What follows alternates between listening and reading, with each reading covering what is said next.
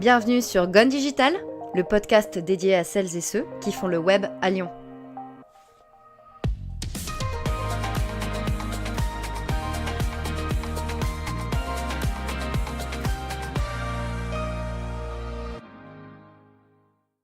Hello tout le monde, très bonne année 2019 à tous et à toutes, qu'elle soit remplie de bons moments, de rencontres et d'échanges, de partage et de rire, et bien sûr, de podcasts. Ma toute première invitée pour cette nouvelle année s'appelle Lydie Catalano, et elle va vous étonner par la multitude de cordes qu'elle possède à son arc. Entre artistique et statistique, il n'y a qu'un pas, qu'elle franchit allègrement. Multipotentialiste franche et épanouie, rencontre avec une serial entrepreneur branchée ROI. Bonjour Lydie. Bonjour. Merci de venir dans ce podcast. Comment tu vas aujourd'hui ? Mais écoute, très bien et merci à toi de m'avoir invitée. C'est une chance de pouvoir parler de ce qui nous plaît. Donc, Super. Est-ce que tu viens de Lyon à la base ? Non, pas du tout. Moi, je viens des Hautes-Alpes et du coup, je suis venue à Lyon pour finir des études et parce que je suis tombée amoureuse de la ville. Normal, comme tout le monde, comme tous les Lyonnais. Quelle relation est-ce que tu entretiens avec le web ? Alors, un peu comme tout le monde, c'est quelque chose duquel j'ai du mal à imaginer me passer maintenant. Et du coup, j'ai eu envie de me réorienter dans le web parce que je trouve que c'est un océan de possibilités. Ça, c'est vrai. Une belle formulation. Parlons d'abord de tes études. D'abord, tu as fait les Beaux-Arts, suivi d'une licence et d'un master à l'université Lyon 2 Lumière. Moi aussi, je viens de Lyon 2, je connais bien. Je sais pas si tu étais au campus de Bron ou au campus... Si, entre autres. Du coup, j'étais à cheval, moi. Ok. Et dans le domaine des lettres et arts du spectacle, puis un master en art et design graphique à l'université Jean Monnet à Saint-Étienne. Tu as fait plein de choses, notamment dans tout ce qui est artistique. Raconte-nous un petit peu. Effectivement, moi du coup, je suis passionnée par à la base le dessin de portrait et du coup, en fait, j'avais deux possibilités, ou j'allais en droit ou j'allais aux Beaux-Arts. Et j'ai eu la chance d'être prise du premier coup dans une école de Beaux-Arts à Valence. Wow, okay. Ça a été ultra formateur, parce que je pense que tu as un avant et un après genre de formation là. D'accord. Et puis du coup après le gros problème c'est que il faut travailler et du coup le master c'était une voie un peu plus classique pour après rentrer dans le domaine du travail facilement et pourquoi pas dans l'enseignement. D'accord. Et du coup ça a été des années hyper enrichissantes parce que j'ai fait de l'écriture, du cinéma, du design, des installations, des portraits, on m'a fait tester plein de médias différents, on m'a appris à argumenter et du coup c'est vraiment des études qui m'ont apporté humainement énormément. D'accord. Et je pense aussi en termes de compétences d'analyse. Oui. Parce que du coup, tu apprends à prendre un problème avec tout un panel de regards différents. Et puis tu dois avoir des compétences très transversales avec tout ce qui est installation d'événements et en même temps le côté vraiment très artistique de l'analyse d'image, par exemple, ce genre de choses. Ouais, c'est ça. Et du coup, quand tu fais de la conception, tu arrives facilement à faire passer tes idées parce que tu peux sketcher. Et du coup, ça, c'est un gros avantage après quand tu veux déployer des choses sur le web, la notion de l'utilisateur. D'accord. Parce que quand tu fais de l'installation en art, c'est tu prends le public, tu le poses devant des images ou devant des objets et tu regardes comment il interagit. Comment il agit avec. Et du coup, mon master était vraiment fait que dans ce rapport utilisateur-image et son. Et on s'attendrait du coup à ce que tu t'orientes plus vers l'UX design finalement. Surtout pas. Pourquoi ? En fait, l'idée, c'est que j'ai du mal à travailler sous la contrainte en art. Autant je peux accepter qu'on me fasse faire des tas d'allers-retours, mais autant en art, j'ai beaucoup plus de mal à accepter certains retours. Et ce qui m'intéressait, c'était d'avoir un côté stat. Parce que moi, j'arrête pas de dire que finalement, l'art, c'est ultra concret et que c'est ultra argumenté et qu'on peut le décomposer, on peut l'analyser. Et j'aime pas trop la surcouche subjectivité émotionnelle qu'on va mettre. Ton approche, elle est plutôt logique en fait. D'accord. Elle est plutôt logique, comportement de masse. C'est ça, statistique. Et statistique. Et du coup, j'aurais pas pu faire de design après. En 2015, tu réalises un M1 en alternance à l'IFAG, puis tu intègres l'INSEC, spécialisation stratégie digitale e-commerce, avec le chatbot comme sujet de recherche appliquée. Oui, du coup, en fait, donc j'ai été enseignante à ce moment-là et j'ai décidé de quitter l'enseignement. Et en quittant l'enseignement, j'ai cherché quelque chose qui fasse plus de stats et un domaine qui soit vraiment challengeant. Je me suis dit, pourquoi pas la finance ? Quand trader. Du coup, ça apprend une rigueur et Excel devient ton meilleur ami, ce qui n'est pas le cas avant de rentrer chez eux. Et du coup, tu apprends à décortiquer énormément de choses, ce qui n'était pas forcément naturel avant. Et puis, j'ai eu un prof en marketing qui était énorme. Et du coup, j'ai réussi à appliquer plein de matrices de market à plein de situations différentes, même dans le web. Et du coup, je trouvais que c'était vraiment hyper polyvalent et formateur comme formation.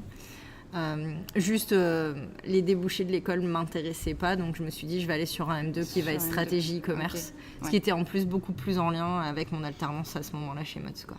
D'accord, ok. Donc tu as fait de l'alternance, c'est vrai, chez Mods. Durant 8 ans, tu as été professeur d'art plastique et audiovisuel à Lyon pour des élèves de collège, de lycée, de BTS. C'est génial. Raconte-nous, qu'est-ce que ça t'a apporté, le métier de prof, et comment ça s'est passé? Alors, ce qui est intéressant dans le métier de prof, c'est que tu apprends à gérer des groupes. Ouais. Du coup, tu as une notion de management qui est complètement différente parce qu'aujourd'hui, la hiérarchie prof-élève, elle n'est pas gagnée d'avance. D'accord. Tu dois voilà, il faut l'instaurer. Ouais. On ne te respecte pas d'office parce que tu es ici derrière son bureau. C'est un peu triste, mais... En tout cas, ceux qui croient ça, il faut réfléchir avant d'aller passer le concours. Et du coup, je me suis retrouvée dans des lycées hyper difficiles, mais avec des gens qui étaient hyper francs et hyper lucides. Et du coup, ils avaient une vision du monde qui était déconnectée de moi qui arrivais universitaire. Je suis très forte pour théoriser et conceptualiser les choses, mais du coup, leur réalité était très différente. T'as des enfants, j'allais dire qui ont des enfants, mais c'est ça. T'as des élèves qui gèrent un quotidien de maman, t'en as qui sortent de prison. Et du coup, quand t'arrives en leur parlant d'art plastique, tu fais ça va être chaud si moi je me remets pas en question. Ouais, si j'intègre pas leur univers finalement, si je me mets pas à leur place. Ouais. Et du coup, on a travaillé énormément la critique, la propagande, et on est sorti. Après, l'avantage du programme de prof d'art plastique, c'est que tant que tu fais les thématiques, libre, c'est ça, ouais. Tu fais ce que tu veux parce qu'il n'y a pas de livre. Donc comme tu construis tout, tu peux t'adapter, et ça a été un assez bon souvenir. Après, j'ai été dans des collèges plus huppés et c'est là où j'ai arrêté. Oui, c'est marrant parce que tu te dis, c'est l'inverse en fait. Tu dis que ça se passerait moins bien dans les collèges un peu plus... en fait, c'est que... non. C'est les directions. Enfin, en fait, c'est pas les élèves qui te font partir, c'est la machine. Ouais. C'est la machine administrative, et ce moment où tu dis, mais en fait, ça marche pas, et je pensais que de l'intérieur, je pouvais changer les choses. Mais c'est tellement énorme. Après, voilà, mon mari, il enseigne encore, et il y a énormément de choses, et j'adore enseigner. C'est juste qu'à un moment donné... je me sentais plus en phase avec les valeurs de l'enseignement. C'est normal, ouais, bien sûr. Et du coup, je préférais partir avant de devenir un mauvais prof. C'est très bien, parce qu'il y en a qui restent et qui sont des mauvais profs, donc... Je sais pas, mais voilà, moi je me suis dit... Non, mais clairement. Quand il va trop en reculant, faut arrêter, quoi. Ouais, t'as raison. Pendant 15 ans, t'as été directrice créative et nouvelles écritures à la société de films Contrepoint Production. Est-ce que tu peux nous en dire plus? Alors, Contrepoint Production, c'est la rencontre avec Cédric Bellu, qui a quelques années, donc plus de 15 ans maintenant. On s'est rencontrés à l'époque où je faisais mon master en cinéma. J'écrivais un documentaire sur un sujet un peu compliqué que je vais pas aborder là parce que le sujet est vraiment trop complexe. Et du coup, en fait, il m'a formée, il m'a appris plein de choses, et du coup, je suis restée avec lui à peu près pendant 15 ans en parallèle du reste. Donc, j'ai pu écrire de la web-série, écrire ce documentaire en parallèle de mon travail plastique à la fac. Faire des relectures, partir sur des longs métrages, des courts métrages. Donc du coup, c'était très bien, parce que ça me permettait d'avoir vraiment un équilibre. C'est quelque chose qui m'a permis de garder vraiment le contact avec mon univers artistique, et aussi découvrir celui de plein d'autres personnes. C'est ça aussi, de collaborer avec plein d'autres personnes. C'est ça, d'avoir différents postes. J'ai fait de la production, donc du coup, ce qui a le côté stat déjà, finalement, dépenses de budget, etc. Et après, plein d'autres postes, de la création de décors, etc. Et du coup, c'était vraiment, vraiment intéressant, quoi. Ouais, ça doit être super intéressant. Ouais, c'est des très belles années. Ah, c'est chouette. Et c'est terminé ou t'es toujours alors maintenant, j'ai un contrat d'auteur. Donc du coup, je reste en contrat d'auteur, mais avec un pseudo. Donc du coup, c'est dissocié. C'est bien de dissocier en fait tes activités finalement. On peut dire que t'es une slasheuse en fait. Oui, complètement. Ou multipotentialiste. Après, ça dépend comment tu veux l'appeler. On va l'aborder après. Du coup, de 2014 à 2017, tu es en alternance, c'est ça, chez Mods, en tant que responsable marketing digital. Quelles ont été tes missions? Alors en fait, j'ai commencé comme assistante marketing en alternance, et du coup, j'ai remplacé ma directrice qui est partie en congé maternité un mois après mon arrivée. D'accord. Et du coup, ça a été vraiment hyper sympa. Après, je le savais, il prenait quelqu'un de plus âgé parce que du coup, on avait fait des tests, etc., notamment sur Excel. Et parce qu'on gérait un catalogue de 140 000 produits avec Excel. Oui, donc il fallait quand même un peu maîtriser Excel, quoi. C'est ça, surtout quand c'est comme ça que tu fixes tes prix. D'accord. Dans le prêt-à-porter avec les soldes, c'est un challenge. Oh, wow, ok. Mais non, vraiment, ça a été génial. Thierry Fléchy, c'est quelqu'un qui a été super parce qu'il m'a appris énormément de choses. Ça m'a fait une montée en compétences. C'est quelqu'un qui aime qu'on fasse bien son travail, et du coup, il nous met face au truc et il faut qu'on nage. Et du coup, ça, c'est hyper intéressant. On a travaillé avec une agence Cora aussi, qui s'occupait de l'acquisition, qui a aidé à faire les reporting, qui m'a aidé à comprendre beaucoup de choses sur l'acquisition. Enfin voilà, c'était très concret. D'accord. Et puis du coup, première fois où tu touches à Google Analytics et à Betesty, et après ça c'était une histoire d'amour quoi. C'est génial Google Analytics. C'est ça, je suis bien d'accord avec toi. Excellent. Et ce qui est génial aussi, c'est comme c'est une petite entreprise, on était tous interdépendants, donc j'ai fait du service client et pas mal de choses. T'as touché un peu à tous Et du coup, c'est surtout services. que tu te rends compte que le web, surtout sur un pub player, il va impacter plein d'autres gens. Parce que tu as peut-être tendance à oublier après quand tu n'es plus directement dans le métier, quoi. D'accord, quand t'es pas les mains dans le cambouis tout. Ouais, c'est ça. Ce genre quand t'es juste consultant. Mais même si c'est des métiers très stressants. C'est clair. Suite à cette expérience, tu entres chez Accenture, Interactive, en tant que consultante digital analytics et conversion. Et là, on rentre dans le côté analytics où tu te spécialises encore. Ouais, c'est ça. L'idée, c'était de se dire, mode, c'est top, mais c'est très vite spécifique pour une reconversion. Ouais. Et c'est vraiment juste ça qui m'a fait partir, parce que du coup, je me suis dit, si je me mets tout de suite sur que certains outils, est-ce que moi qui ai l'habitude de voir les problèmes avec plein d'angles différents, je vais pas perdre cette agilité-là. Oui, je comprends. Et du coup, donc, je suis rentrée chez Altima qui est devenue Accenture. Et du coup, ça a été intéressant parce que ce qui leur plaisait, c'était le fait que j'avais déjà fait de la conversion. Et ce qui m'a plu à moi, c'est le fait qu'ils étaient beaucoup plus structurés dans la conversion et qu'on touchait à des comptes plus gros, donc avec plus de trafic. Et avec plus de défis à Du coup, avec plus d'enjeux. Et puis d'autres outils d'analytics comme Adobe que j'adore aussi. Ouais, t'as pu tester. J'ai pu tester. Et maîtriser derrière. Ouais, c'est ça. Et mettre en place chez un gros client, puis surtout faire du e-commerce international. Ouais, là, du coup, tu vas toucher des comportements du X qui sont différents d'un pays à l'autre. Ah, c'est top ça. Et ça, culturellement parlant, j'ai trouvé ça hyper intéressant. Ah ouais. Ça, c'est hyper intéressant. D'accord. Et tu es resté combien de temps ? Et depuis novembre 2018, tu es data analyst et CRO. Est-ce que je le dis bien ? C'est CRO ? C'est ouais, c'est ça. C'est CRO, Conversion Rate Optimisation. Ok. CRO spécialiste. Tu nous racontes ce que c'est CRO ? Eh bien, CRO, en fait, c'est quand tu utilises la data pour essayer d'enlever des points de friction. C'est-à-dire que tu vas arriver, tu vas aller chercher ta data quanti sur Google Analytics, par exemple, ou Amplitude, ou d'autres outils, ou Adobe. Et tu vas essayer de la faire coexister avec de la data plutôt quali. Donc ça peut être des enquêtes terrain, ça peut être du recording de sessions, ça peut être des heatmaps. Et à partir de là, tu vas essayer de voir quels sont les endroits sur ton site où ça pêche, les étapes qui ne se franchissent pas. Et il faut te remuer les méninges pour trouver pourquoi ça ne marche pas. Proposer ce qu'on appelle un test, mettre en place le test et paralléliser les résultats. Et du coup, moi, c'est vraiment une démarche que j'aime parce que du coup, tu as une espèce de frisson quand tu vas lancer ton test. Surtout qu'en général, les premiers jours, c'est négatif, le temps que ça se stabilise. Et du coup, est-ce que ça va marcher ? Est-ce que ça va marcher ? C'est ça. Puis en général, tu t'es vraiment défendu avec ton client sur le côté de te dire... parce que lui... Globalement, s'il l'a fait une première fois comme ça, il a du mal à imaginer que ça va être différent. Et du coup, voilà, c'est un peu complexe. Et là, en fait, tu lui apportes des preuves en disant, j'ai fait ça et c'est... Statistiquement, c'est comme ça. C'est différent. Ce qui est intéressant, c'est que tu t'appuies sur des données. C'est très concret, en fait, comme approche. C'est ça. Là, tu t'appuies vraiment sur une logique, en fait. C'est ça, tu as une démarche. En tout cas, qui est quantifiable. Ouais, quantifiable. Ouais. Alors, scientifique, aujourd'hui, ça se met en place parce que du coup, on est très jeune en France dans l'accro. Donc ça se structure vraiment bien. Il y a des acteurs comme Betesty, comme Google Optimize. Tu as plein de solutions de testing qui vont se mettre en place et qui vont permettre d'avoir vraiment une réflexion et de t'appuyer sur comment tu dois réfléchir. Parce que c'est pas... il y a aussi celui qui regarde les stats qui peut amener un biais. Ouais, c'est sûr. Et du coup, ce qui est bien, c'est que souvent, on fait partie d'équipes assez pluridisciplinaires. On va aller voir l'UX, on va aller voir la tech. Ça peut être des problèmes de performance. Oui, aussi. Donc, du coup, tu peux pas tester la rapidité d'un site. Par contre, tu vas le voir dans GA que tu as des temps de chargement dans certains endroits qui sont pas très bons. Ça peut être un problème de trafic. D'accord. Ton trafic, il est beaucoup trop dilué. Ouais. Donc, du coup, l'acquisition sur certains canaux, en fait, elle te fait planter ton taux de conversion parce que, je sais pas, tu as billard.com qui a décidé de renvoyer des gens chez toi, quoi. C'est ça. Pourquoi billard.com ? C'est ça, voilà. Et ça m'arrivait souvent. J'ai jamais bien compris pourquoi, mais il fait partie. Billard.com ? Oui, il fait partie de referral jeux.com. Tous les jeux comme ça, en fait, à des moments, ils te poussent du trafic non qualifié. Et tu fais, mais non, arrêtez de m'envoyer du trafic. Surtout pas celui-là. Surtout pas celui-là, ouais, c'est ça. Il n'est pas qualifié. Donc, conversion rate optimization, d'accord. Donc, tu es vraiment une mordue des stats, c'est ton truc, les stats. Ouais, en fait, c'est de les faire parler qui me fait kiffer. C'est de les faire parler, c'est-à-dire de tirer des conclusions des stats. C'est ça, j'ai un peu l'impression de jouer à Détective Conan, tu vois. Je suis une grosse fan de Sherlock Holmes. Et du coup, à mon petit niveau, donc vrai. Détective Conan. Ça fait un peu détective, ouais. C'est ça, j'ai plein de pièces à conviction et il faut que je les fasse matcher pour arriver à avoir une plus-value. Colonel Moutarde.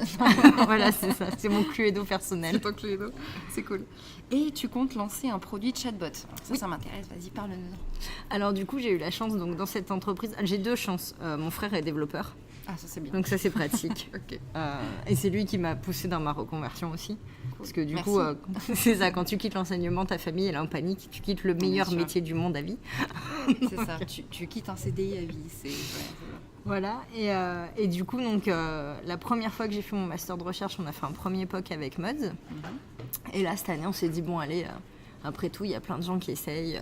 Bon, le chatbot s'est planté, et du coup, est-ce que c'est pas maintenant que ça s'est planté qu'il faut pas tester quelque chose? Et du coup, moi, je me suis inscrite en psycho à la Sorbonne pour apprendre à faire de meilleurs arbres de décision parce que j'étais un peu limitée. Attends, j'ai pas encore fini, je viens juste de rentrer. Mais du coup, pour bosser vraiment mes arbres de décision, et puis comme à côté, je fais toujours du documentaire social, ça me permet d'avoir des postures plus adaptées quand je suis sur des situations un peu complexes. Et du coup, on est en train de développer ça, et on y ajoute ce que j'avais pas forcément fait, en plus de l'algorithme de prédiction et de personnalisation. Donc, qui va, en fonction des informations que tu vas donner au chatbot, te prédire... je sais pas que sur ce site, en fait, ta marque préférée, c'est celle-ci. Et du coup, il va te proposer des articles et un style de vêtements complet. Du coup, je reviens à la mode, qui était le premier univers qui m'intéressait le plus. Et l'objectif aussi de ce chatbot, à terme, c'est de pouvoir avoir une vraie discussion. Donc, on travaille la brique de reconnaissance de langage. D'accord. C'est le plus compliqué, non? Et bien, avec les outils comme Dialogflow et Louis, un peu moins. Parce que du coup, la barrière technique qu'on avait il y a 2 ans, elle est beaucoup plus petite maintenant.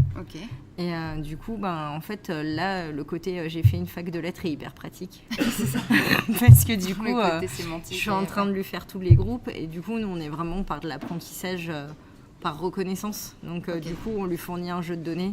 Et lui, il se débrouille avec ça. Voilà. Je dis elle parce qu'elle s'appelle Léa pour nous. Mais, elle s'appelle Léa? Oui, elle s'appelle Léa. Notre personnel shopper s'appelle Léa. D'accord, ok, super. Et ça sortira quand? Alors, on espère avoir un premier POC dans 6 mois. Dans 6 mois, ok. Il y a du boulot encore avant, j'imagine. Ouais. C'est en plein développement. C'est en plein développement, et puis du coup, les technos sont hyper jeunes. Et faut passer beaucoup de temps. On a réparti, donc on est 4. Vous êtes 4 quand même. Voilà, on est quand même 4. Vous étiez que 2 avec non, du coup, j'ai rencontré 2 autres personnes. D'accord. Et du coup, on travaille à 4 avec des expertises vraiment différentes. Et l'objectif, c'est qu'à nous 4, d'ici l'année prochaine, on puisse pousser un POC et commencer à le tester chez des clients. D'accord, super. J'espère que ça va bien se passer. En tout cas, je touche du bois. Carrément, j'ai hâte de voir ça sortir. Et tu es une passionnée des approches transversales, ce qu'on appelle transversales, c'est-à-dire que tu t'es intéressée par la socio, la psycho, l'art, la technologie. Tout ça, pour toi, ça se complète? En fait, c'est que je pense que le point de départ, c'est que j'aime beaucoup comment fonctionnent les gens. D'accord. Et du coup, pour moi, tous ces apprentissages et toutes ces compétences permettaient de comprendre pourquoi les gens ils vont faire certaines choses ou ne pas faire certaines choses. Et je pense que c'est un peu mon côté Sartre. Voilà, l'existentialisme, tout ça. Est-ce que vraiment on a un libre arbitre? Est-ce qu'on n'en a pas? Ok, c'est intéressant comme sujet. Voilà, c'est vraiment les motivations internes des gens qui te passionnent. C'est ça. Et puis voilà, est-ce que finalement, le concept de masse ou pas de masse, comment on peut l'influencer Et du coup, tout ce qui est interface homme-machine, finalement, parce que du coup, la machine, elle n'est pas si neutre que ça.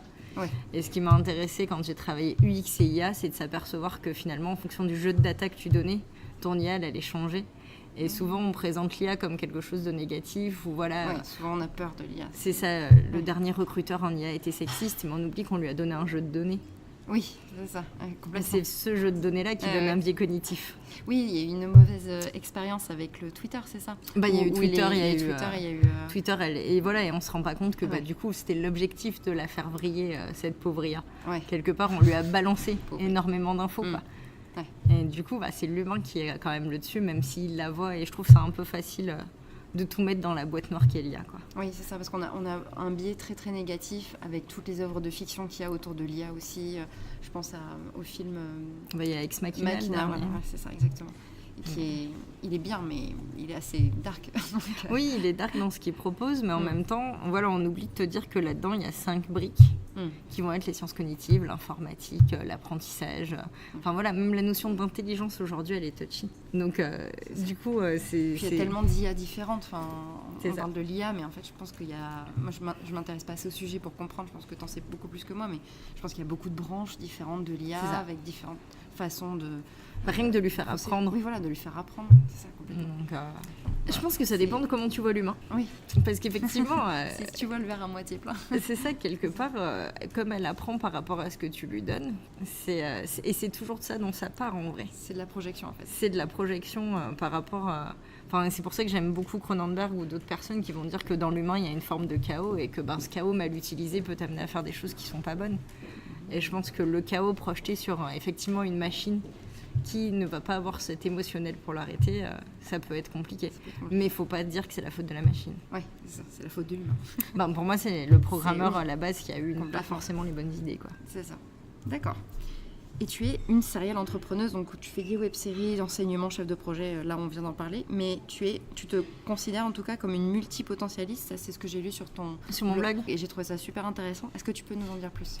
Alors en fait c'est une conférence que j'ai vue dans un TEDx, et du coup j'ai sur le multipotentialisme. Alors je pourrais te retrouver exactement la personne qui l'a fait, mais là de tête je l'ai pas. Okay. Mais en fait ce que j'ai trouvé intéressant c'est qu'elle, avant on passait 30 ans dans la même entreprise et c'était logique.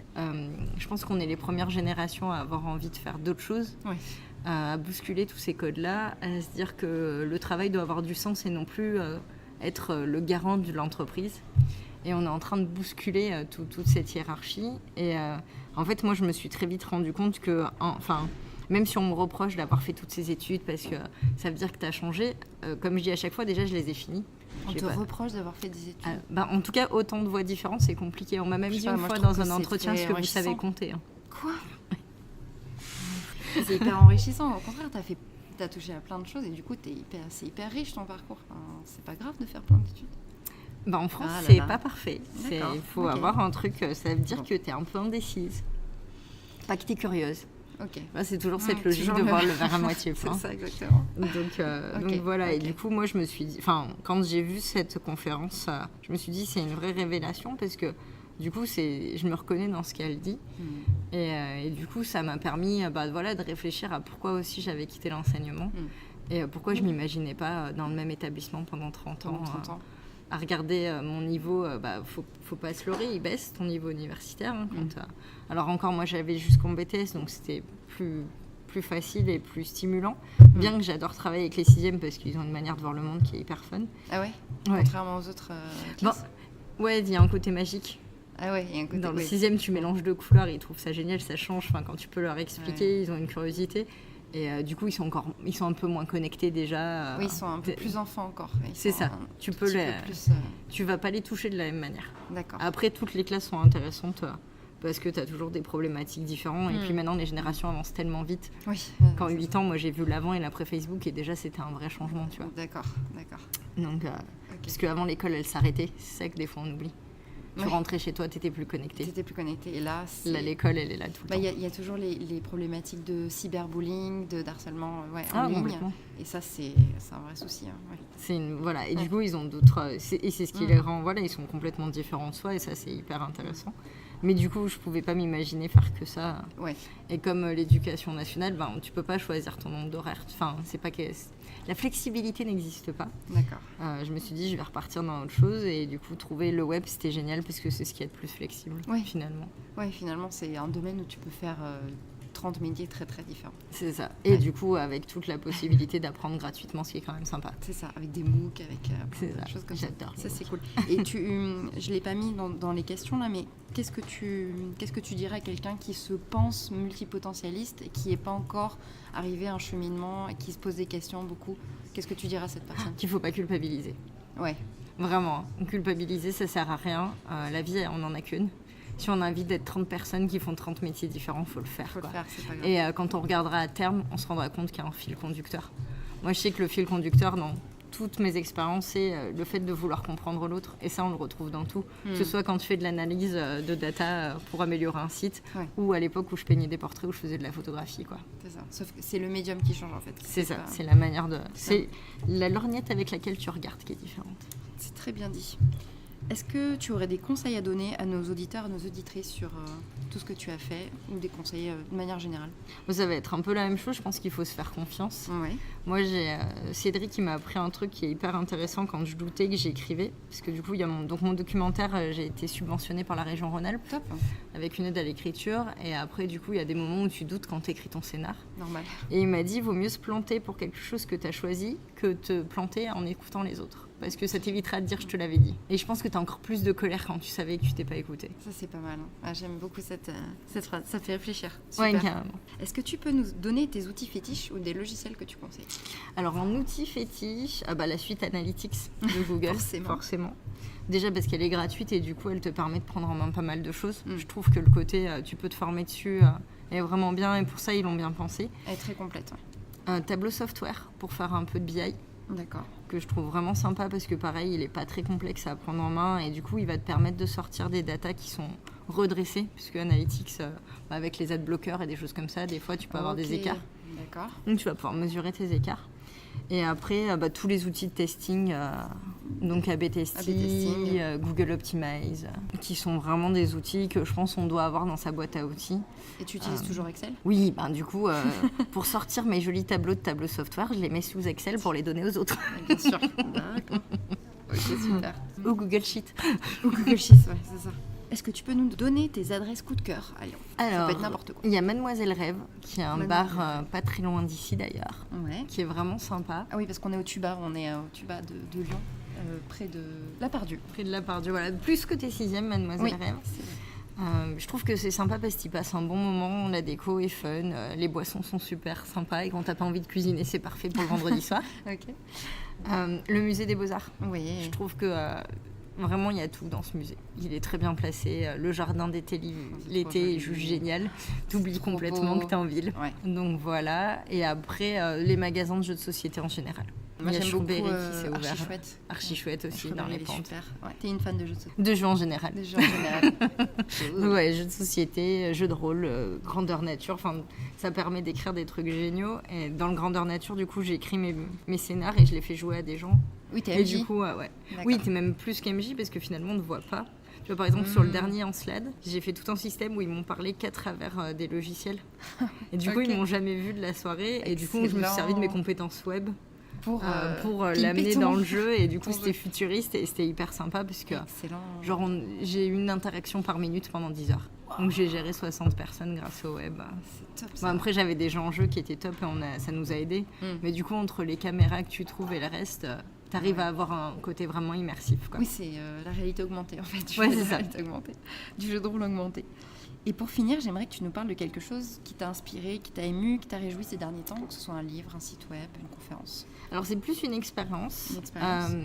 Du coup, je suis en train de travailler à l'écriture d'un documentaire sur l'accueil de jour des SDF de Notre-Dame des Sans-Abris. D'accord.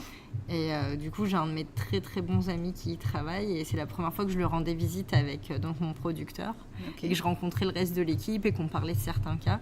Et je me suis dit que vraiment, il y a des gens qui avaient un boulot formidable. Et c'est là où du coup, tu te remets en perspective dans le web. On est sur des problématiques pas superficielles, mais suivant les secteurs dans lesquels tu travailles. Il n'y a pas des enjeux sociaux parfois très poussés.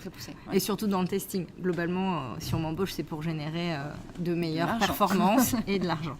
Donc, après, voilà, comme j'ai dit, ça m'est arrivé d'aider des gens à garder leur taf sur certains sites et sur certaines problématiques.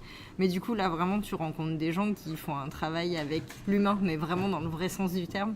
Et c'est hyper intéressant et tu te rends compte que c'est d'autres compétences. C'est très concret. Et c'est hyper concret. Ouais. Et puis que ces gens, ils vont t'apporter des choses dans le domaine du concret, du quotidien. Et ce que tu en retiens, c'est que quelque part, ils sont restés eux-mêmes. Ils sont toujours hyper positifs alors qu'ils sont dans des situations 10 fois plus compliquées que ton métro boulot dodo. Quoi. Ouais, c'est ça. On se plaint souvent des petites choses parce que c'est dans notre nature de se plaindre alors qu'on a beaucoup de choses. Et c'est... Ouais, en tout cas pour moi ça a été quand ça me permet de me remettre en perspective par moment. Ça c'est bien, de se remettre en question, en perspective souvent. C'est chouette. Ok, donc une belle expérience pour finir. Merci beaucoup. Merci à toi d'être venu dans ce podcast. Ça me fait très plaisir de t'avoir. C'était la première pour l'année 2019. Bonne année à tout le monde. Bonne année, et à bientôt. À très vite, merci. Le podcast est à présent terminé, merci beaucoup de l'avoir suivi. Je vous invite à retrouver Gone Digital sur SoundCloud, sur iTunes, sur Spotify, mais aussi sur la page Facebook, sur la chaîne YouTube et sur Instagram. Voilà, le lion est présent un petit peu partout. Je vous invite aussi à vous abonner à la newsletter mensuelle de Gone Digital avec tous les bons plans des invités, leurs bonnes adresses et les outils. Voilà, je vous dis à très vite, merci.